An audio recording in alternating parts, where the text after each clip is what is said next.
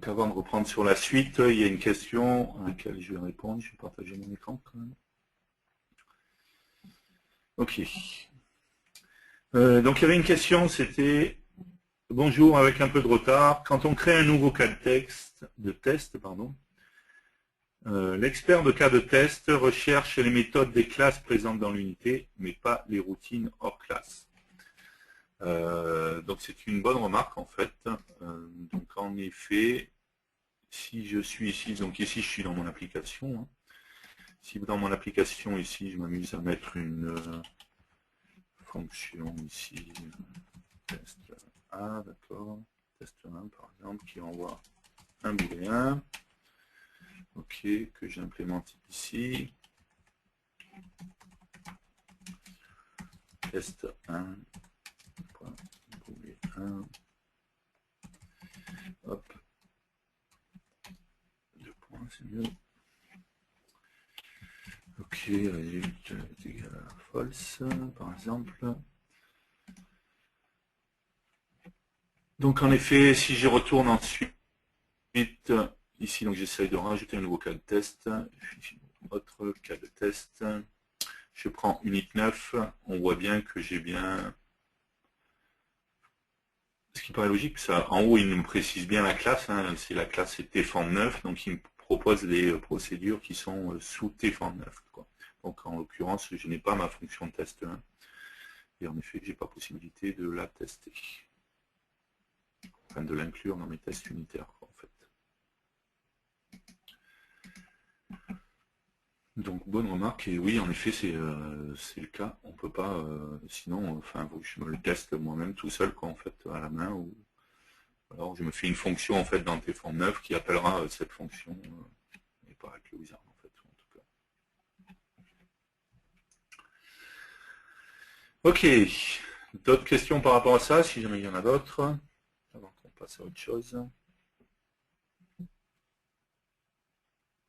Non, ok. Donc on va continuer. Et on va parler des audits, des métriques et de la génération de la documentation. Donc pour ça, on va parler de modélisation également. D'accord. Et on va voir comment on peut faire la modélisation du coup dans notre application. Dans notre application VCL ou FireMonkey, ça, il n'y a pas de différence là-dessus. D'accord. Encore une fois, c'est la même chose pour les tests unitaires qu'on a vu. On a fait le test sur une application VCL. Mais comme de toute manière, on a dit que ce n'était pas fait pour des tests d'IHM, ça peut être fait exactement de la même manière pour une application FireMonkey. Il n'y a pas de différence là-dessus, vu qu'on ne parle pas de toute manière d'interface visuelle. Ok, je vais me faire une nouvelle application. Hop. Je vais aller enregistrer.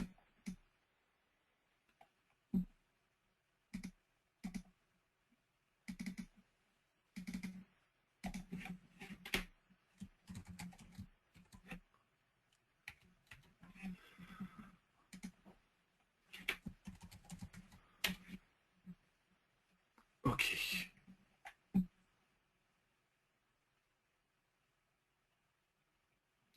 Donc logiquement, si on code comme il faut, on essaye toujours de séparer, enfin comme il faut, c'est un choix en fait de manière de coder, plein de manières de coder sous Delphi ou C++ Builder. On essaye de bien séparer la partie HM de la partie traitement, les objets, tout ça.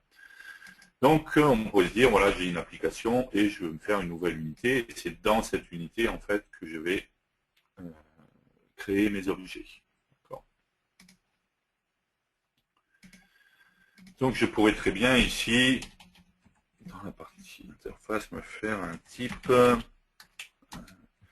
sur un type T client par exemple, égal classe OK. On pourrait se faire un autre type par exemple en dessous.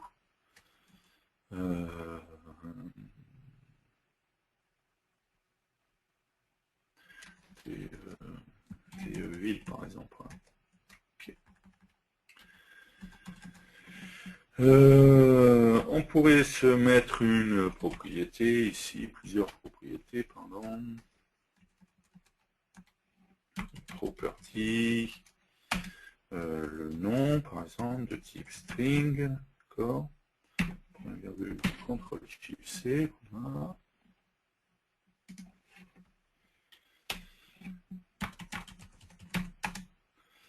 Property, société, le nom de la société. Ah non, ben non, c'est déjà le nom de la société. Je sais pas, n'importe quoi. Le CA, le chiffre d'affaires, voilà, extended. Ok, voilà. Et sur la ville, on pourrait mettre par exemple public, property, nom de point, pareil, on va mettre un nom. Ok, on va mettre un property, latitude, extended, et property, longitude, par exemple, extended. D'accord. Hop, un espace c'est mieux. Voilà, CTRL-SHIFT-C, et voilà. Ok, donc j'ai mes différents objets, mes différents types, d'accord. On aurait très bien pu d'ailleurs, ça aurait été du coup, sinon on plus X, et se faire une propriété ici du coup, property ville, le point de type c'est ville. Voilà. Ok, T ville avec 2 L en plus, je l'ai pas mis comme il fallait. Hop. T ville.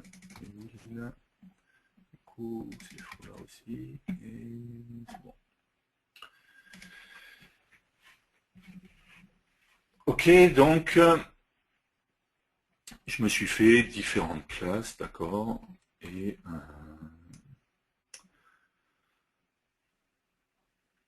j'ai créé mes classes directement dans mon code, d'accord.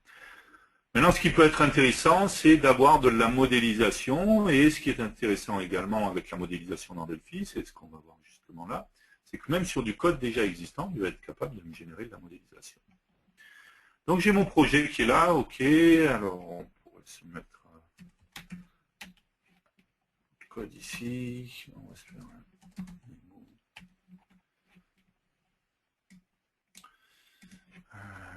hop.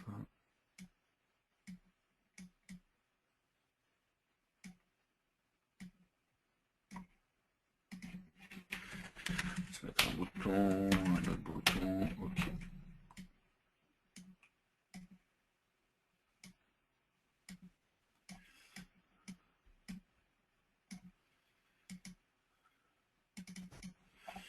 On va se faire une variable ici, ville de type T, ville, et client, le type T, client. Ok, on va bien entendu faire un Alt France pour ajouter l'unité, voilà. Sauf que je ne l'ai pas mis dans le bon, voilà, hop. C'était pas là qu'il fallait le mettre, et c'était là plutôt, j'ai voulu aller trop vite, et puis... Ok. Je vais ici me faire un bouton création ville client, d'accord. Create. Et affichage. Affichage.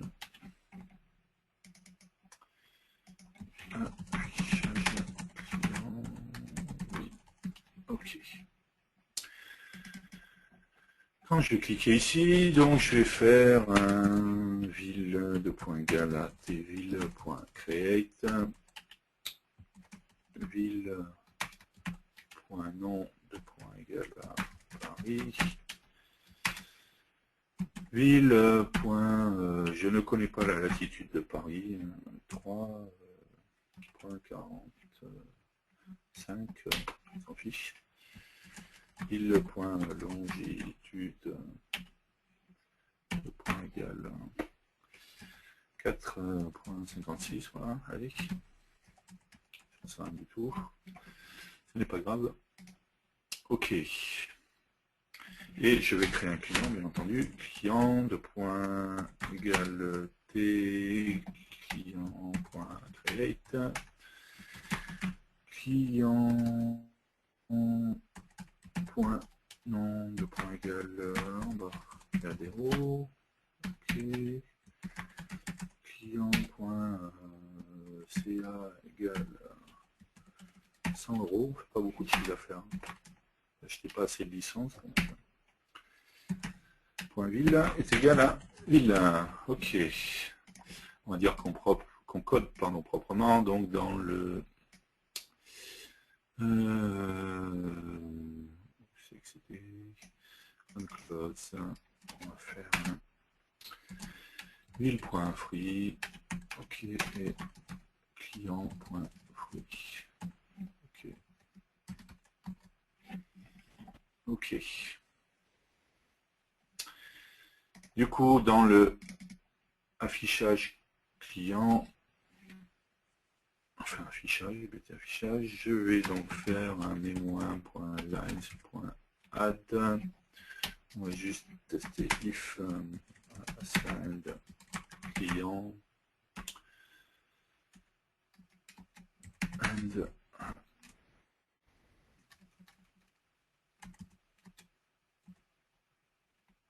hop.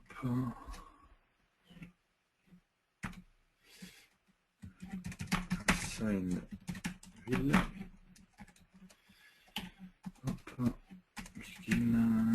Hop. Let's begin. Pas vidéo. Et ici. Point lines. Point add.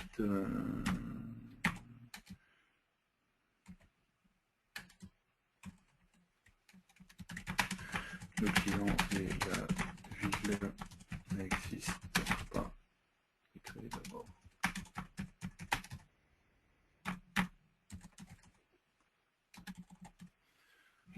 OK.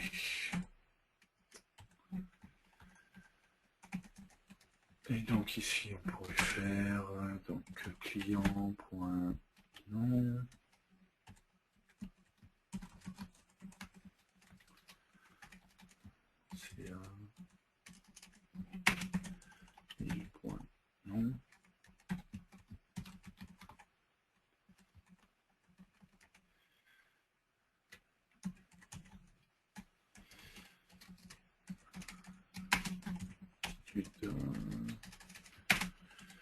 Longitude, bien entendu, si on est dans un flotte str.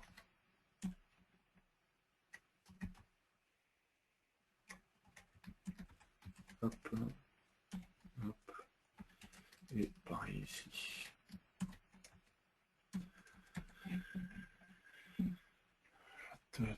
OK.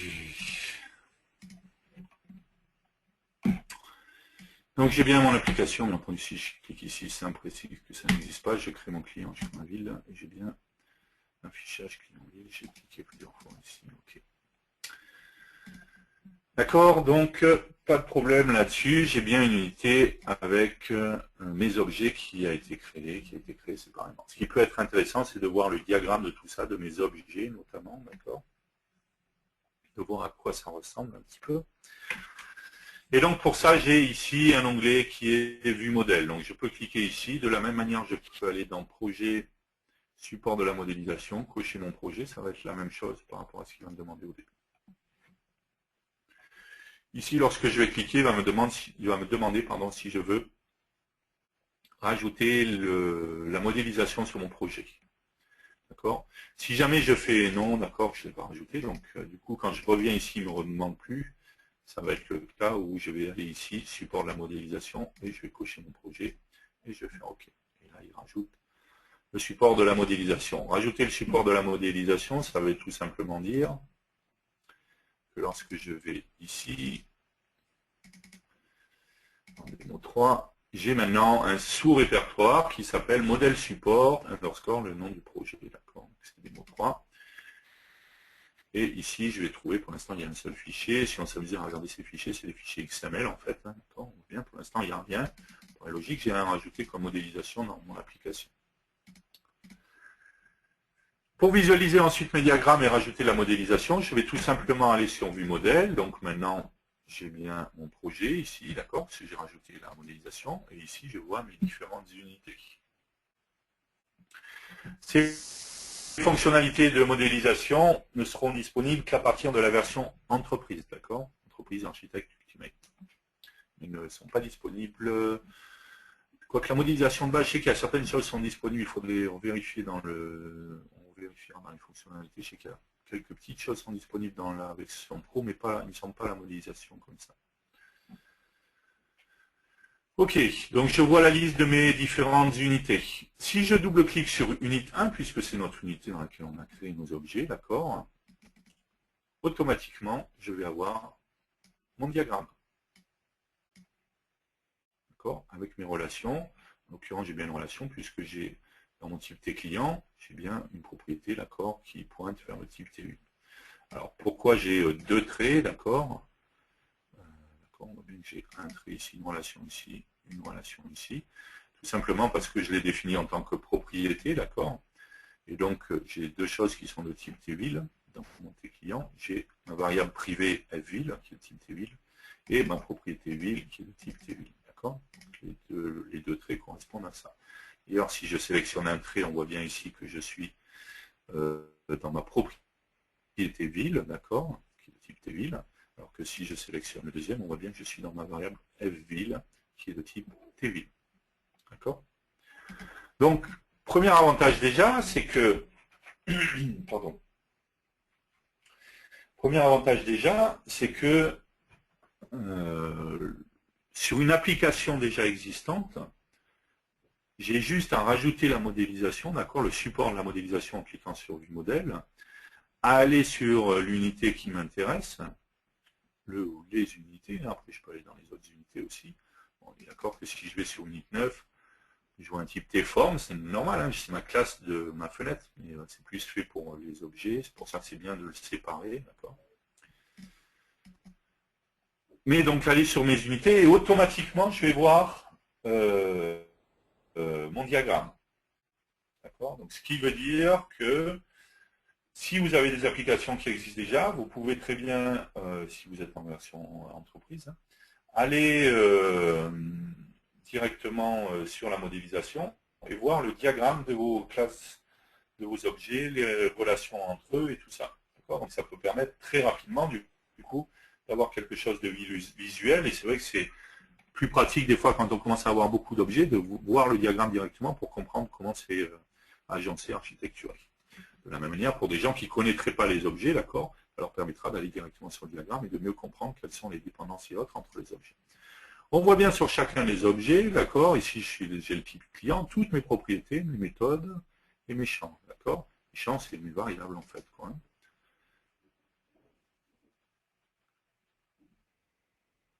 D'accord, donc si je peux replier ici mes champs, mes méthodes, d'accord. Et tout va se définir en fait dans l'inspecteur d'objets qui est ici. D'accord. En fait, si je sélectionne mon type T client, d'accord. Bon, j'ai des propriétés de couleurs et autres. Mais je peux également sélectionner propriété par propriété, d'accord. Si je vais sur ma propriété CA, on voit que son nom c'est CA, qu'elle est en lecture-écriture, qu'elle est de type, qu'elle est visible. D'accord, voilà, et ainsi de suite. Donc il y a toutes ce qui est défini dans le code est redéfini ici. Si je décidais ici que c'était pas CA, mais c'est finalement chiffre d'affaires, je peux modifier le nom ici directement. D'accord.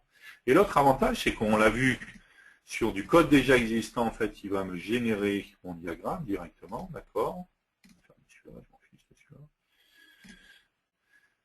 Mais ça marche également dans les deux sens. Ça veut dire que si ici je prends ma propriété CA par exemple et je l'appelle chiffre affaires, d'accord, on voit bien ici automatiquement ma propriété est mise à jour.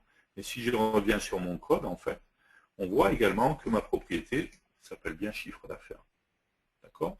Donc l'avantage, c'est que ça va permettre À ceux qui n'aiment pas trop les diagrammes, les choses visuelles, ben, de continuer à travailler sur le code. Ça n'empêchera pas que ça mettra à jour le diagramme. Et à ceux qui, par contre, préfèrent travailler avec le diagramme, ben, du coup, de travailler avec le diagramme directement. Et ça mettra à jour directement le code.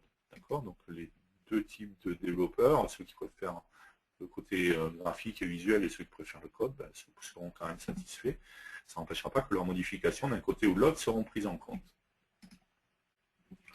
Bien entendu, les classes qui sont là, je vais pouvoir les étendre aussi, rajouter des choses et tout ça. Pour ça, je clique avec le bouton droit sur ma classe et j'ai la possibilité de faire ajouter. Et ici, je vais voir champ, fonction, procédure, constructeur, destructeur, ainsi de suite. De la même manière, en fait, je remarque ici que j'ai toute une série de composants qui sont des composants pour mon diagramme UML, en fait. On est bien dans un diagramme UML. Je vais retrouver les classes, structure des enums, et ainsi de suite. Donc, je pourrais, par exemple, ici, dans tes clients, cliquer avec le bouton droit et faire rajoute-moi le constructeur. D'accord. Il met bien create. Je clique avec le bouton droit. Encore une fois, create, je peux le sélectionner. Je peux sélectionner chacun et modifier les propriétés. Je pourrais ici lui dire rajoute-moi le destroy. Okay. Et ainsi de suite. D'accord. On est d'accord que si je retourne ici, j'ai bien ici mon constructeur create, mon destructeur destroy. Et ici, voilà mon create et mon destroy. D'accord. Il ne me met pas à jour le code, d'accord. Donc là, en l'occurrence, on a vu que c'est plus FCA, c'est F chiffre d'affaires, parce que si j'avais fait un code spécifique, lui, il ne va pas écraser mon code. De toute façon, j'aurais pu, là, c'est bêtement l'affectation, d'accord, mais j'aurais pu vouloir faire d'autres choses. Donc pareil sur toutes les classes. Je vais bien entendu pouvoir aller directement, alors soit en double-cliquant, hein, si par exemple je vais là, chiffre d'affaires, je double-clique, je me retrouve automatiquement sur ma propriété chiffre d'affaires, d'accord. Je peux également cliquer avec le bouton droit et aller à la déclaration ou aller à la définition, d'accord. La définition, ok, c'est l'implémentation en fait. Et aller à la déclaration, c'est simplement là où c'est déclaré, d'accord. Je peux ici, bien entendu, venir étendre mon diagramme. Ici, on est parti du principe qu'on avait d'abord créé le code et automatiquement on a généré le diagramme, mais on aurait très bien pu fonctionner dans l'autre sens, c'est-à-dire je vais créer ma nouvelle application, d'accord, je pourrais, comment ça s'appelle, venir ici directement et créer mon diagramme en partant de rien, ou s'il y a des choses déjà existantes, rajouter des nouvelles classes. On pourrait très bien dire ici, par exemple, je vais créer une nouvelle classe, d'accord, donc je prends mon composant classe, je vais poser ici, d'accord, et je vais l'appeler, par exemple, tes fournisseurs, tes personnes, allez, personnes, ok.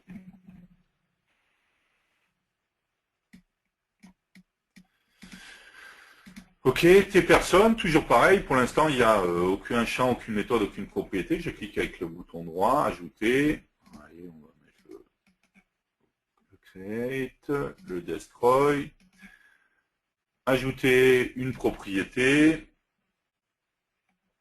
d'accord, avec, je sais pas, n'importe quoi, prénom par exemple, prénom, de type string, d'accord.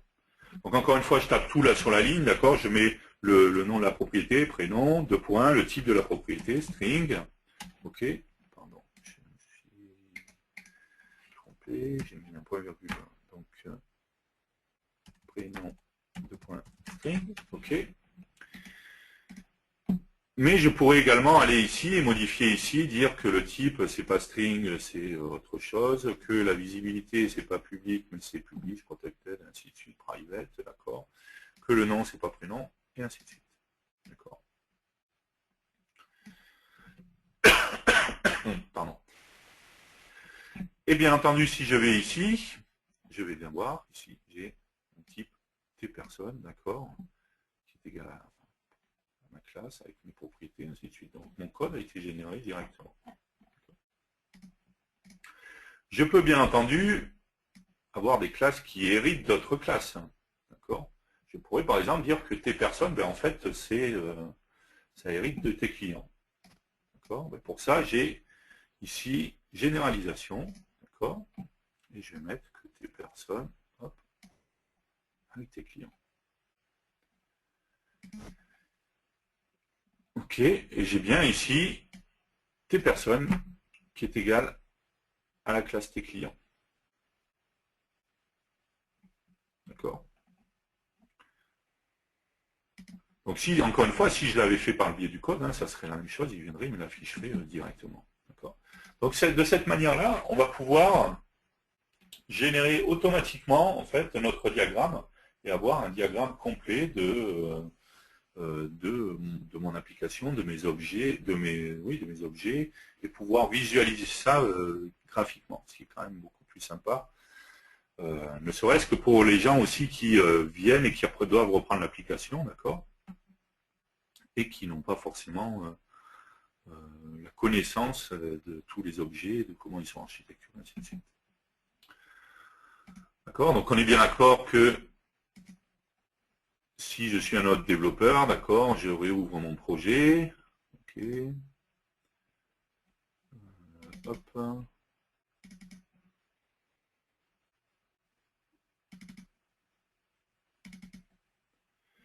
Ok, je suis là, je prends le projet. Ok, on m'a dit que, d'accord, il y avait plein de choses, il y avait plein d'objets. On m'a dit qu'il y avait une unité 1 avec des objets. Ok, je voilà. En fait, très rapidement, je viens ici dans mon diagramme. Je double-clique et j'ai de nouveau accès à mon diagramme. Ok.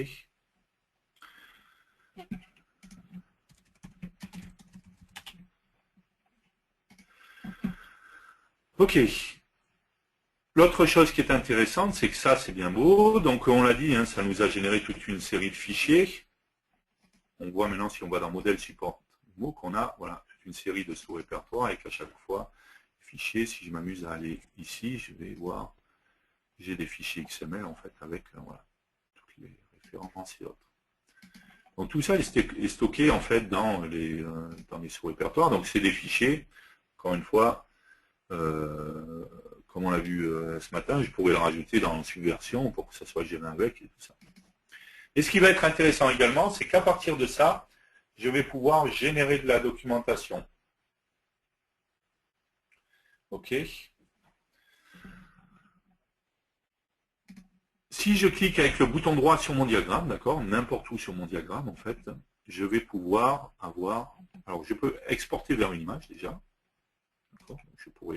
Je choisis la taille de mon diagramme, d'accord. Je peux choisir le zoom, là, pour... Ok.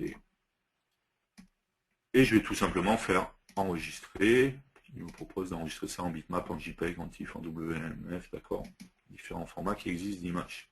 Donc ça me permettrait d'avoir une image de mon diagramme si je veux réutiliser ça ailleurs, dans un autre document, ou d'accord. Ça pourrait être déjà une première chose. Mais ce qui est plus intéressant, c'est surtout qu'on va pouvoir générer de la documentation. Si je clique avec le bouton droit, en fait, on va faire générer la documentation. Là, il va me demander, est-ce que c'est bon, le diagramme en cours ou juste les espaces de nommage. Quel est le répertoire de sortie? En fait, par défaut, il me fait un répertoire out et doc dans mon projet. Il me dit si je veux inclure un diagramme, si je vais lancer le navigateur, inclure l'arborescence ou pas, d'accord. On va tout sélectionner, nous, et je vais faire OK. Le répertoire, forcément, n'existe pas. Est-ce que je veux le créer? Oui. OK. Automatiquement, pourquoi il m'a bloqué ça?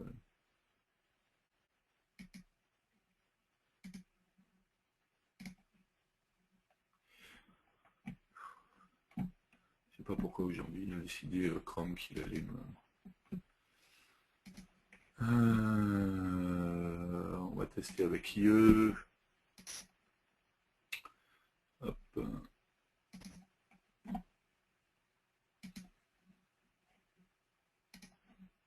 Pardon. C'était ça.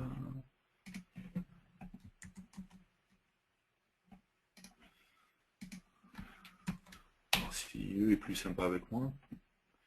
Autoriser. Ma version de Java n'est pas à jour. N'est pas sécurisée. Hein, bon. J'ai une version de Java qui n'est pas sécurisée. C'est pas bien ce que j'ai fait. Bon. Bloquer l'exécution d'un bloqué d'une version de Java non sécurisée. Voilà. arriver à expiration. Bon. Pas de chance, j'ai une version Java qui ne lui plaît pas. Donc normalement ici je vois l'arborescence de mon projet en fait et de mes différents fichiers. Bon, c'est pas trop gênant ici parce que je suis sur l'unité qui m'intéresse. D'accord. Et je peux cliquer sur les différentes unités pour voir le diagramme qui correspond. D'accord. Ici on voit bien mon diagramme, hein, j'ai bien accès à mon diagramme, et bien entendu ce qui est intéressant c'est que je peux cliquer sur chacune des propriétés, d'accord, dans mes différents types. Et je vois, j'ai accès, du coup, hein, si je vais sur nom, je vois bien que c'est une publicité, n'importe quoi. Une propriété de type public, pardon, je vais y arriver, de type string, d'accord, qu'elle est en lecture-écriture, et ainsi de suite. D'accord. Donc j'ai accès à toutes mes informations. Alors, peut-être que c'est ça qu'il n'aime pas, on va voir. Bon, il ne va pas aller rien savoir.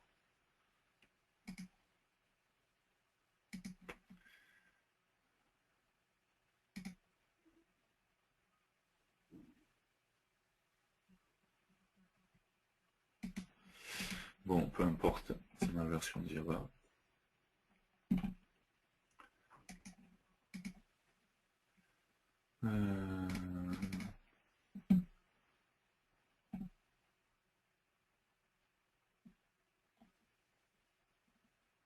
T'es dans l'ergonomie, là.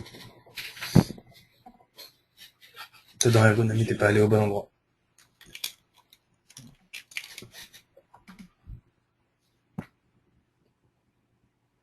Voilà. Je suis allé dans Java. Non, c'était en dessous. Juste en dessous, c'est pour ça. Sécurité. Et là, il faut la baisser. Sécurité. Moyen. Sinon, après, le principe, c'est que vous le mettez de toute façon sur un serveur, par exemple Apache, que vous avez, je sais pas si le fait HO, sur un serveur Apache que vous auriez chez vous, parce que là, en fait, c'est parce que ça tape sur le file system qu'il n'aime pas du tout et qu'il y a des problèmes de sécurité. Ouais, c'est bizarre, c'est la première fois qu'il me fait ça, quoi. Habituellement, il m'ouvre bien. Bon, bref, peu importe, on va rester 3 heures là-dessus. On va essayer de le relancer. On va permettre de montrer en même temps. Donc tout à l'heure, il nous a dit qu'il nous générait ça dans un sous-répertoire out. On voit donc projet ici, j'ai mon répertoire out, j'ai un sous-répertoire doc, d'accord. Et ici, j'ai tous les fichiers en fait de ma documentation, donc du coup que je vais pouvoir enregistrer, stocker, faire évoluer au fur et à mesure, parce que ma documentation elle va évoluer aussi en même temps. Et ici, j'ai un index.html. Toujours exécuter. J'accepte, oui, j'accepte le risque. Voilà, c'est mieux. Donc ici, j'ai bien mon projet hein, avec mes différentes unités en fait et mes différentes classes en dessous. Et j'ai plus qu'à cliquer, automatiquement, je suis redirigé ici. Ici, j'ai une vue globale.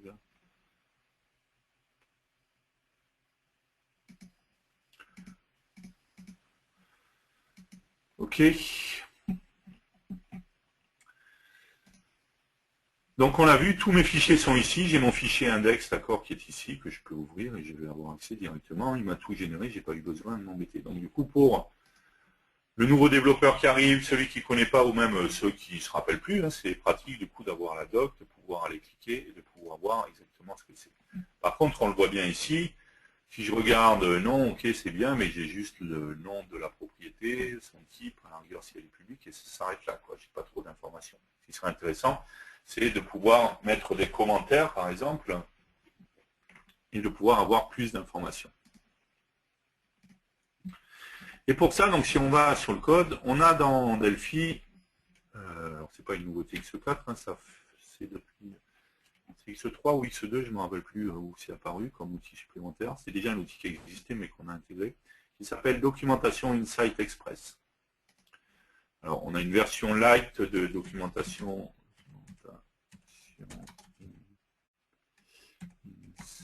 Insight Express, voilà, qui est fait par voilà, DLG Software. Hop là.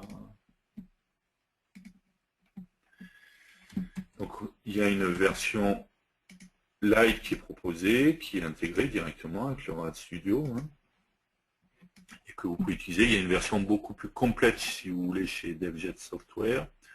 Il faudrait regarder, hein, pour voir les différences entre la version complète et la version Light qu'on a. Et ça va nous permettre de renseigner, de mettre des commentaires sur notre application. Donc, je crois qu'une des différences, c'est que ça va prendre en compte que ce qui est public, tout ce qui est en private et autres, ça ne va pas le prendre en compte pour dans les commentaires. Donc, si je prends l'outil Documentation Insight Express et je fais Show Documentation, j'ai une fenêtre qui va venir ici. Donc, du coup, que je peux intégrer, hein, dans mon IDE ou la mettre à part, peu importe. Et en fait, en fonction de là où je vais me positionner, d'accord, donc on voit bien quand je suis sur du private, il me met que je dois aller sur la version complète pour tout ce qui est en private, d'accord. Il y a déjà ça comme une différence, après il y en a peut-être d'autres, il faudrait vérifier directement. Si je me mets sur non, par exemple, automatiquement j'ai une fenêtre là et je vais pouvoir renseigner toute une série d'informations, d'accord. Le sommaire, la remarque, le type, ainsi de suite. Donc on pourrait mettre nom de la ville.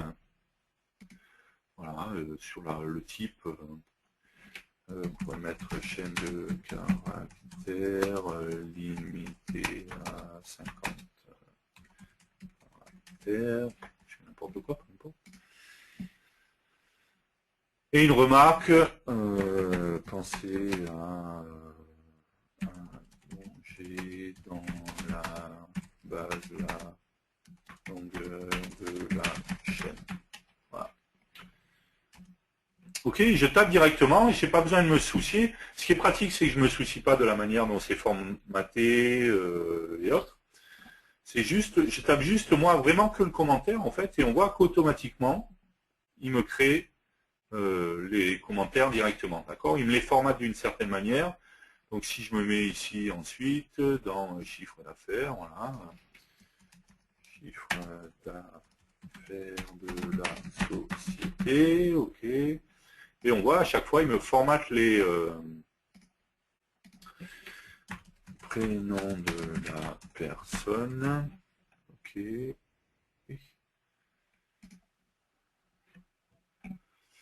Voilà, je peux rajouter les remarques. D'accord. J'ai juste besoin en fait de me positionner à l'endroit qui m'intéresse et automatiquement, j'ai bien le commentaire qui apparaît.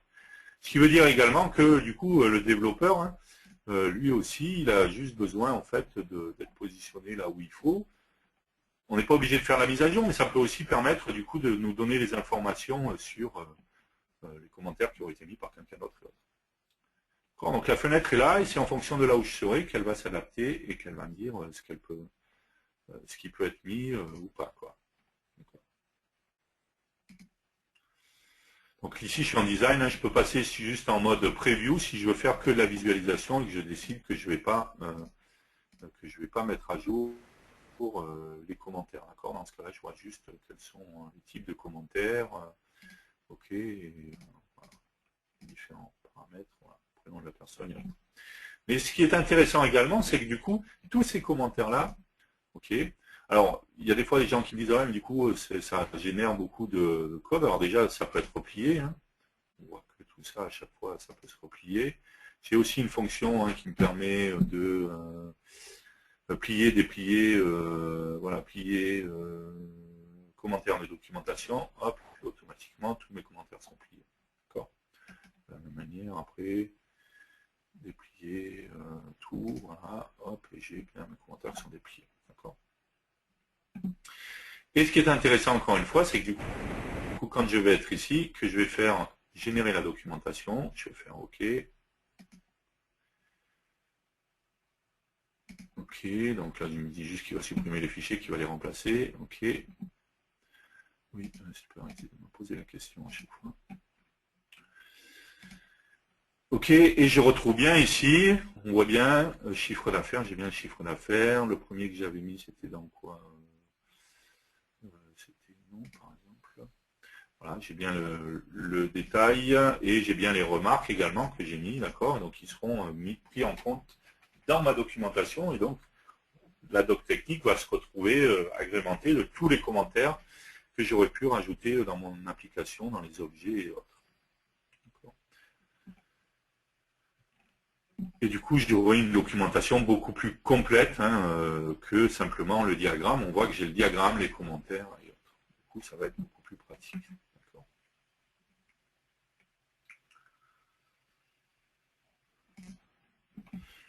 Donc il y a des informations également, si on pourrait en prendre lequel on n'avait pas pris, l'attitude.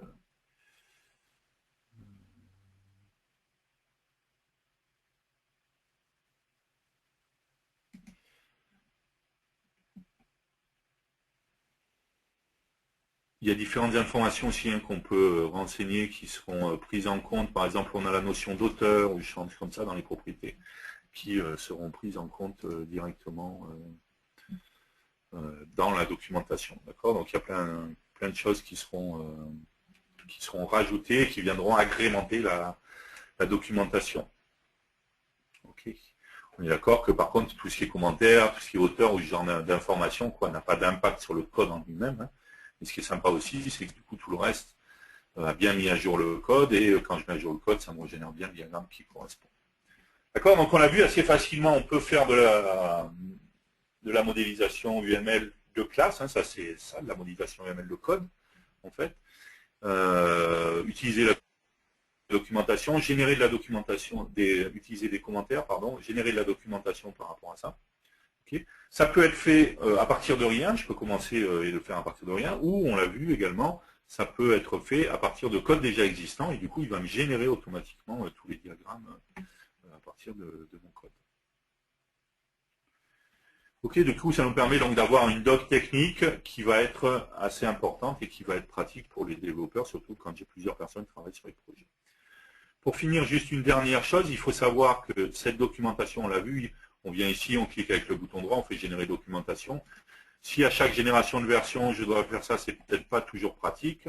Il faut savoir que quand je vais dans ces programmes files, Embarcadero, RAD Studio 11.0, bin, j'ai un exe qui s'appelle gen.docli.exe, qui est un exe que je vais pouvoir appeler en ligne de commande et qui va me permettre de générer justement la documentation, ce qui me permettrait d'automatiser ça, d'accord, la génération de la documentation, sans avoir besoin de venir dans les diagrammes, cliquer avec le bouton droit, faire générer, ainsi de suite.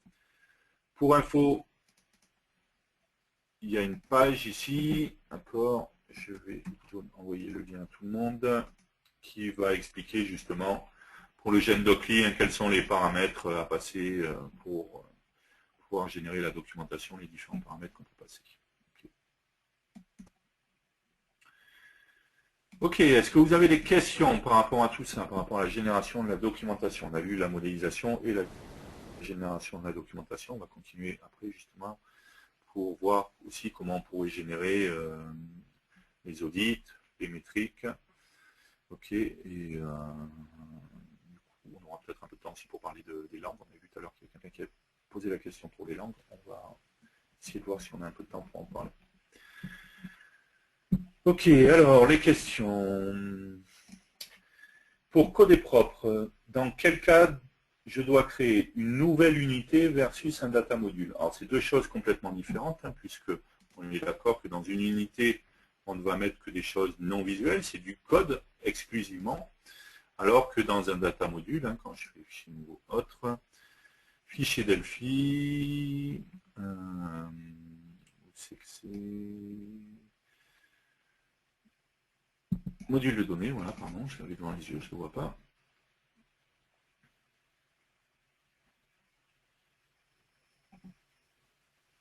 Et ici, j'ai un module de données, d'accord, dans lequel je vais pouvoir poser des composants non visuels, donc pas un panel, pas un edit et tout ça, mais par exemple, très souvent, c'est utilisé justement pour tout ce qui est accès aux données, donc je pourrais très bien, voilà, prendre mes composants Fireback, mon AD connexion, mon AD query, et ainsi de suite, et les partager au sein de mon application, d'accord. Donc le data module, lui, va plus être utilisé pour partager ces composants-là, et par contre, les unités, elles sont exclusivement des unités de code, quoi.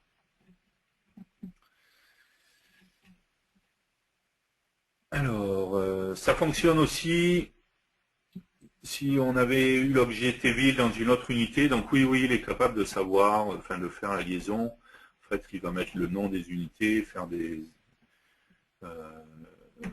l'autre unité, et l'autre question, c'était pareil, juste en dessous, dans les classes qui sont dans différentes unités. On pourrait, par exemple... On peut créer un nouveau diagramme. Une nouvelle unité. Ouais, nettoyer, c'est mieux. On va le faire vite fait en code pour qu'il génère... Hop. Je vais prendre ça, on va le déplacer. X... Pardon, hop. Hop. Type... Uses.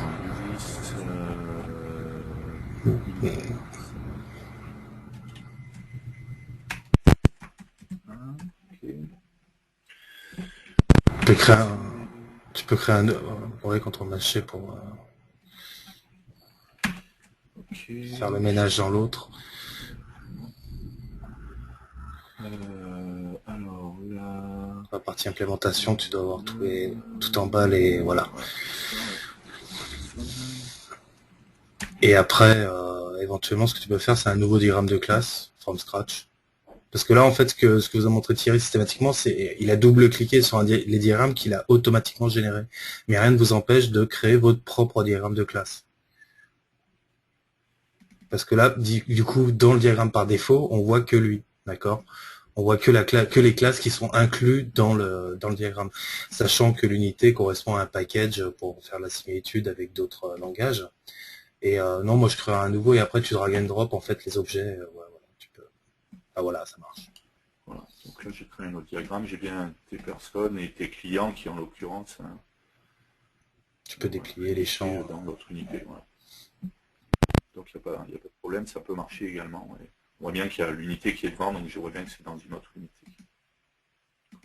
Donc comme le dit William, j'aurais pu créer mon propre diagramme et après faire des diagrammes, des drag and drop de mes types et tout avoir sur le diagramme. Exactement. Éventuellement, tu peux montrer nouveau d'ailleurs tous les types de diagrammes qu'on peut créer. Alors oui, en plus là on a vu ce qu'on a vu, c'était les diagrammes de classe, hein, d'accord. Mais on a également, si je fais ajouter ici, je peux faire autre diagramme, d'accord.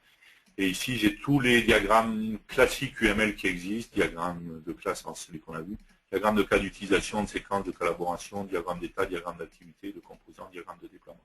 On est d'accord qu'il n'y a que le diagramme de classe qui va avoir un impact sur le code. Tous les autres diagrammes sont juste là pour me permettre, notamment d'agrémenter ma documentation, quoi, et d'avoir d'autres diagrammes pour expliquer un diagramme de cas d'utilisation quand je fais ci, voilà, il y a un acteur, il peut faire ci, il peut faire ça, ainsi de suite. Donc c'est tous les diagrammes qui existent au niveau UML, c'est pas des choses qu'Embarcadero a inventé, hein, les types de diagrammes UML, ça fait partie de la norme UML. D'accord. Mais il n'y a que le diagramme de classe qui a un impact avec le code de l'application. Les autres sont là pour amener de l'information supplémentaire, mais c'est tout.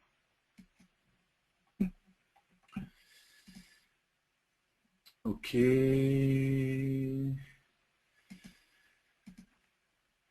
Peut-on générer un diagramme de séquence pour une méthode spécifique? Donc oui, en fait, on peut le faire. Hein, Sur démo 3 en fait. Sur démo 3, tu vas pouvoir le démontrer sur le bouton, clic du bouton. Unit 9, voilà, ça ouais. Donc en fait, comme ce sont dans mes objets, il n'y a pas de traitement de choses comme ça, quoi. Mais ici, si je cliquais sur le BT Create Click, d'accord, je clique avec le bouton droit, donc j'ouvre le diagramme de ma forme. Et ici, je peux faire générer un diagramme de séquence. OK. Et j'ai bien mon diagramme de séquence. On voit bien, j'ai ma forme, mon unité. On va hop, un peu tout ça. Voilà.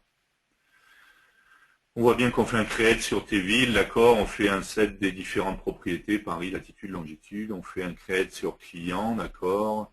On fait un set, non, Embarcadero, un set ville, d'accord. Donc ça permet de voir le process, d'accord, et quels sont les liens entre les objets, ce qui est utilisé, et ainsi de suite, et entre les classes, d'accord. Donc oui, les interactions à chercher nous entre les différentes classes. Donc voilà, on peut très facilement générer un diagramme de séquence, hein, chaque fois. On va sur la procédure qui nous intéresse, on clique avec le bouton droit, sur BT affichage, générer un diagramme de séquence, OK, et ici, voilà. J'ai bien un diagramme de séquence qui a été créé. Je vois tout ce qui a été mis à jour, d'accord. Je mets à jour le mémo, ainsi de suite, d'accord. Les fonctions qui sont appelées. Ok, du coup, je peux intégrer ça après également dans ma documentation. Je peux vraiment, on a vu la documentation, on a généré juste pour les objets, mais du coup, avec les diagrammes de séquence, avec les autres diagrammes UML, je peux vraiment avoir une doc technique qui va être vraiment importante, en fait. Ok, pas d'autres questions? Non? Ok, on va faire une petite pause. C'est l'heure du goûter. Hop. Pause goûter, et on se retrouve dans quelques minutes. À tout de suite.